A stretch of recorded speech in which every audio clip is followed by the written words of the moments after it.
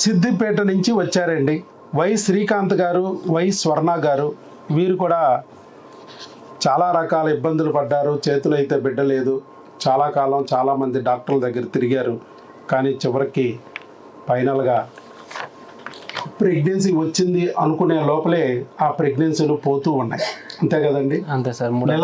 నిలబడలే sir. మూడు ప్రెగ్నెన్సీలు రావడం పోవడం మెరుపు తేగాయి. మేనరికం అన్నారు సార్.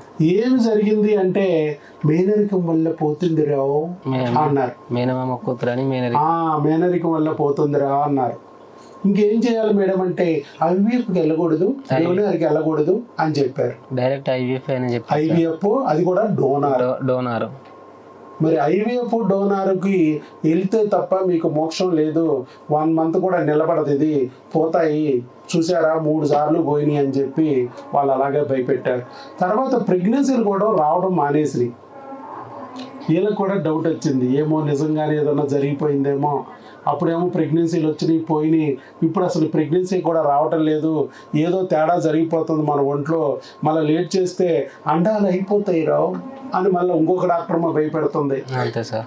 అండాలు అయిపోతున్నాయి, ఇప్పుడైతే తొందరగా మేలుకుంటే బెటరు, ఇంకొంత లేట్ చేశారంటే ఆ ఉన్న అండాలు కూడా పోయినాయి అంటే ఆవిడ కూడా డోనారు, నువ్వు కూడా డోనారు, అన్నీ డోనారు, నువ్వు గ్యారెంటీ అని చెప్పారు.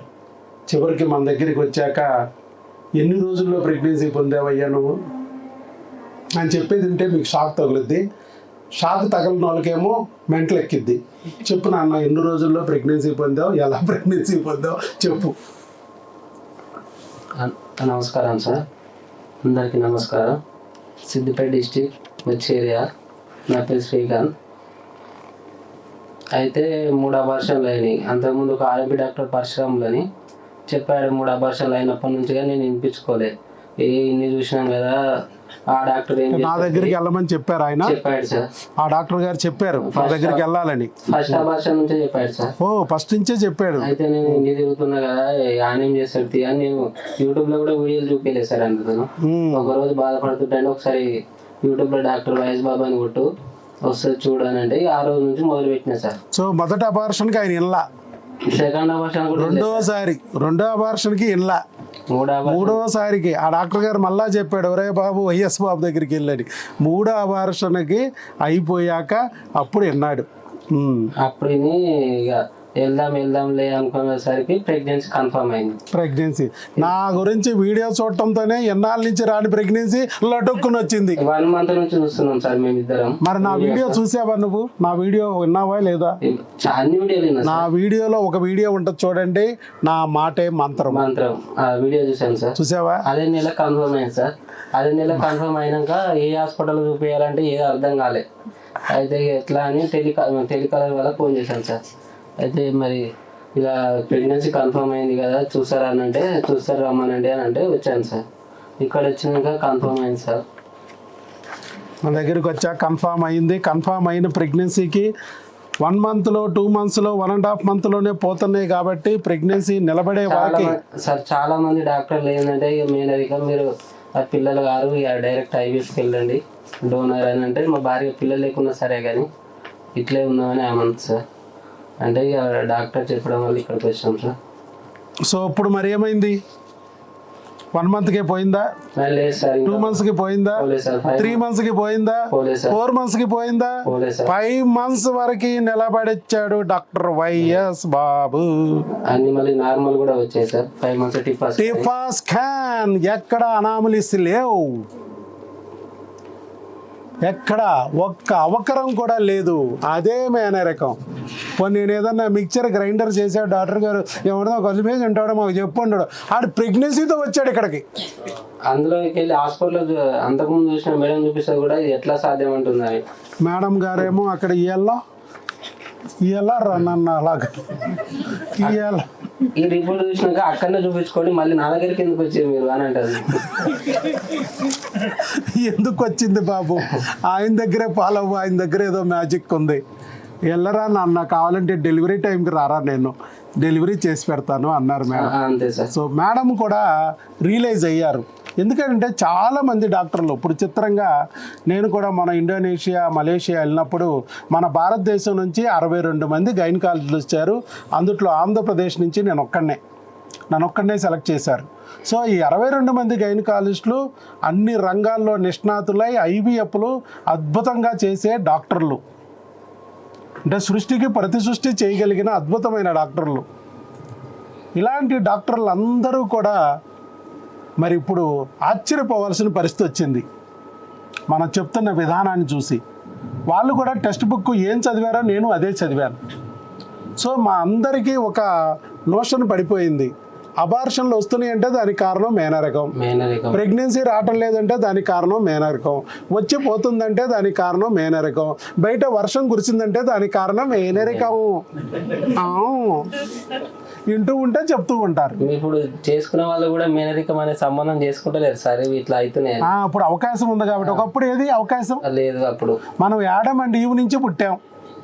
యాడమ్ అండ్ ఈవుకు పుట్టిన అన్న చెల్లి కలిస్తే పుట్టాం. పూర్వకాలం అంతా మేనరికాలు కాదా, కొండ మార్పిళ్ళు కాదా, ఇటు తిప్పట్టు అటు తిప్పిటు పిల్లలు చేసుకునేవాళ్ళు. బాగోలేదా? మనం అందరం ఎక్కడి నుంచి పుట్టాం? ఆ ఇద్దరి నుంచే పుట్టాం. మనం అందరం చుట్టాలమే, కొంచెం డిస్టెంట్ రిలేటివ్స్ మనం, అంతే. సో ఇలా మనకి ప్రయాణ సౌకర్యాలు పెరగడం వల్ల ఇలా జరుగుతుంది. వేరే వాళ్ళని కూడా పెళ్లి చేసుకోగలుగుతున్నాం. ఇక్కడ విషయం ఏంటంటే మేనరికం కాదు. ఆ రోజు నేను ధైర్యం చెప్పారు సార్. బాబు నా వీడియో చూసావు?